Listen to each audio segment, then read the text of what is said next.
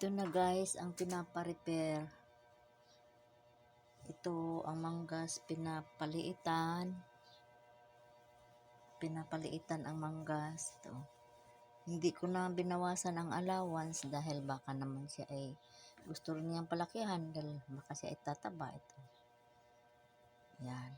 Dati dito pinapaliitan. Kaya tinastas ko talaga ito lahat. Pati ito inopen ko at binago ko na naman uli sa pagtahi. Yan, tapos na itong manggas pinaliitan. Ito namang laylayan dati ito.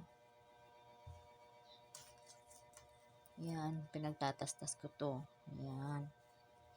Dati ang laylayan ay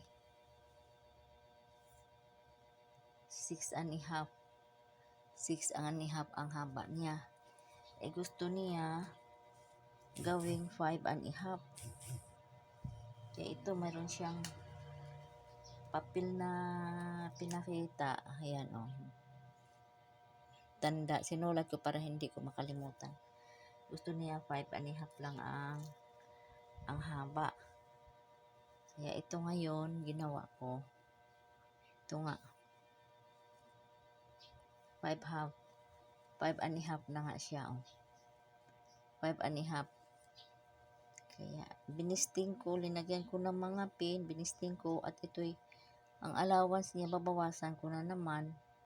Bawasan ko ito para dahil malaki eh. Bali 2 inches din ang mailupi niya. Kailangan bawasan dahil malaki ang allowance. Ito. Ito siya.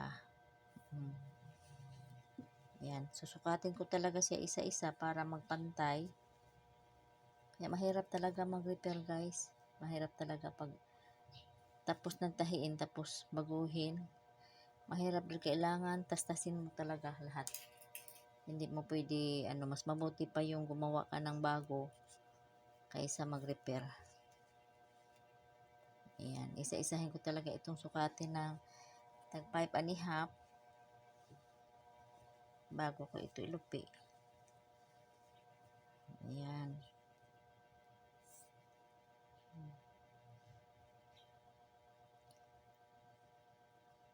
Bago ko ilupi, kailangan sukatin ko isa-isa.